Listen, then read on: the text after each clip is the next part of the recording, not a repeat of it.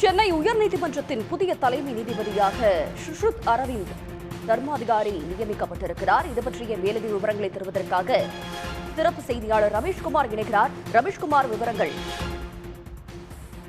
சென்னை உயர்நீதிமன்ற தலைமை நீதிபதியாக இருந்து வந்த ஸ்ரீவஸ்தவா இன்றைக்கு பணி ஓய்வு பெறுவதை அடுத்து உச்சநீதிமன்ற கொலிஜியம் அடுத்த தலைமை நீதிபதியாக சென்னை உயர்நீதிமன்ற தலைமை நீதிபதியாக சுஷ்ருத் அரவிந்த் தர்மாதிகாரியை நியமித்து நீதிமன்ற கொலிஜியம் மத்திய அரசு பரிந்துரை செய்திருந்தது.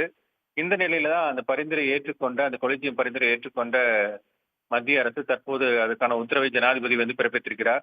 அவர் நியமிக்கப்பட்டு அந்த ஜனாதிபதி உத்தரவு என்பது பிறப்பிக்கப்பட்டிருக்கிறது. இதையடுத்து அவர் நாளை அல்லது நாளை மறுதினம் அவர் பதவியேற்பார் என்று எதிர்பார்க்கப்படுகிறது. தர்மாதிகாரியை பொறுத்தவரை சத்தீஸ்கர் மாநிலம் ராய்ப்பூரை சேர்ந்தவர். மகாராஷ்டிரா மாநிலம் நாக்பூர் பல்கலைக்கழகத்தில் சட்டம் படித்து 1992ஆம் ஆண்டு முதல் வழக்கறிஞராக மத்திய பிரதேச உயர்நீதிமன்றம் பணியாற்றி வந்தார். கடந்த 2000 ஆண்டு முதல் 2015ஆம் ஆண்டு வரை வருமான வரித்துறை, வங்கி மற்றும் மத்திய அரசு துறைகளில் வழக்கறிஞராக பணியாற்றிய அவர் 2016ஆம் ஆண்டு மத்திய பிரதேச உயர்நீதிமன்ற கூடுதல் நீதிபதியாகவும் 2018ஆம் ஆண்டு நிரந்தர நீதியாக நியமிக்கப்பட்டார்.